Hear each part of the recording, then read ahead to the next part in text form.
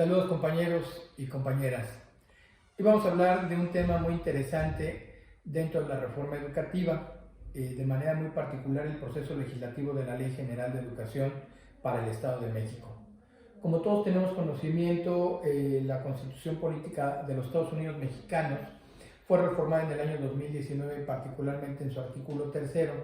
donde uno de los apartados fue precisamente la educación superior, que ya se señala como obligatoria en el sentido de la gratuidad. Esto hizo que se viniera una serie de leyes secundarias que están siendo ya atendidas,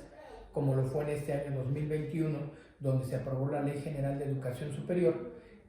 misma que ya está publicada y debidamente sancionada, y por ende se tiene que ir a todo el proceso legislativo en las entidades. Hay que recordar que este proceso legislativo está establecido en los artículos 71 y 72 de la Constitución Federal y los relativos a la Ley Orgánica del Congreso General y su reglamento de gobierno interior para del Congreso General de los Estados Unidos Mexicanos, donde nos habla precisamente de este proceso legislativo. Todo el proceso legislativo, como lo podemos señalar más adelante, lo vamos a analizar desde las diversas teorías. La teoría de la función legislativa, que es obligada dentro de nuestro estudio. ¿Por qué? Porque es todo el proceso legislativo, es decir, desde que inicia,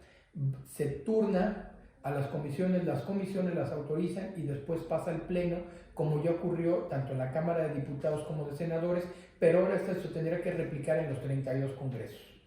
Después lo vamos a ver también desde la teoría de sistemas. ¿Por qué? Porque la teoría de sistemas va a englobar precisamente las necesidades que cada una de las universidades estatales o las instituciones de educación superior, que no solamente son universidades, tecnológicos y algunas instituciones similares, centros de estudio, centros de investigación. Y la otra teoría que tenemos que tratar, porque pues es la base fundamental, que es la teoría constitucional. Luego entonces, esa investigación, que es el proceso legislativo en la Ley General de Educación Superior, será revisada y analizada desde estas teorías. Teoría de la función legislativa, teoría de sistemas y teoría constitucional.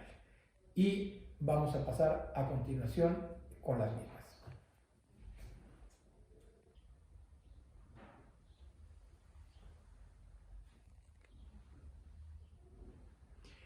Como señalamos, vamos a iniciar hablando de la teoría constitucional. Hay que recordar que la constitución más antigua es la Constitución de Reino Unido. Esta fue un pacto entre los lores y Juan Sin Tierra, que es el primer antecedente en el famoso Common Law. De ahí surge una serie de evoluciones y hoy en día, dentro de la teoría constitucional moderna, pues prácticamente todos los estados que se consideren como apegados al Estado de Derecho deben de tener una constitución que generalmente está dividida por la teoría de división de poderes, que es el poder ejecutivo, legislativo y judicial, y en algunas, como la mexicana, que tenemos organismos constitucionalmente autónomos. Una corriente de constitucionalistas y filósofos como son Jürgen Habermas y Peter Haberle refieren que la cultura es identidad cultural, y por ende ese es otro de los fines que puede tener la Constitución, es decir, sentido de pertenencia.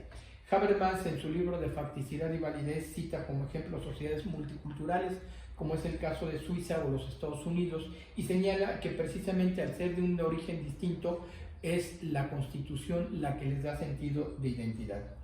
Sin lugar a dudas, la Constitución es el instrumento de control y de organización del Estado-Nación, que, como lo señalé, está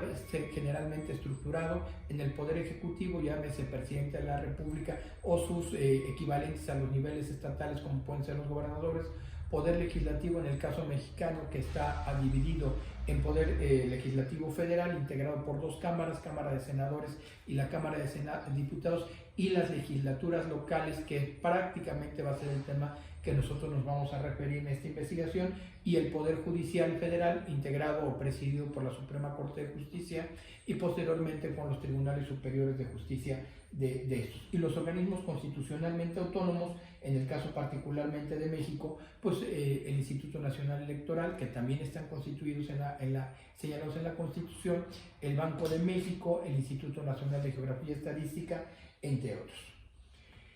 México se identifican más de 120 instituciones de educación superior, sin mencionar, en el Estado de México, perdón, se identifican más de 120 instituciones de educación superior, sin mencionar las que son parte de la Universidad Nacional Autónoma de México, como pueden ser la FES Aragón, la FES Acatlán, la FES Cuautitlán, las filiales que tiene la Universidad Pedagógica Nacional, asimismo de la Universidad Autónoma Metropolitana, por lo que el Estado de México en el tema de la educación superior es un referente obligado que nos obliga también a señalar que es parte de la teoría constitucional el artículo 3º que refiere de la autonomía de las universidades, la impartición y el reconocimiento que ahora tienen precisamente con esta reforma del 2019 para que sea obligatoria la gratuidad en este. Regresando al tema del derecho constitucional, dice el maestro Aragón Reyes en su obra titulada Estudios del Derecho Constitucional, que solo si la Constitución sirve a las necesidades y exigencias del presente, puede tener la vocación duradera de servir, reinterpretándose y acomodándose a las necesidades. Como lo señalé, tanto Peter Habermas como Jürgen Habermas como Peter Haberle refieren que la Constitución señala que es cultura, y entonces si las necesidades de la población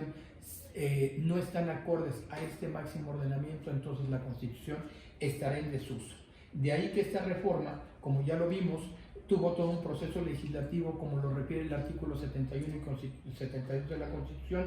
que fue la presentación de iniciativa de la Ley General de Educación, después fue el dictamen en la Cámara de Origen, discusión, votación, revisión y su promulgación, que esta misma ya pasó por las dos cámaras, tanto la de Origen como la revisora, Cámara de Diputados, Cámara de Senadores, y ya está publicada la Ley General de Educación Superior, por lo que entonces ahora va a todos los estados de acuerdo a los artículos transitorios, donde ya está señalado que tendrá una serie de ciclos para que la misma inicie su vigencia y se empiecen a homologar en las 32 entidades que me referiré en la siguiente cápsula cuando hablemos del proceso legislativo.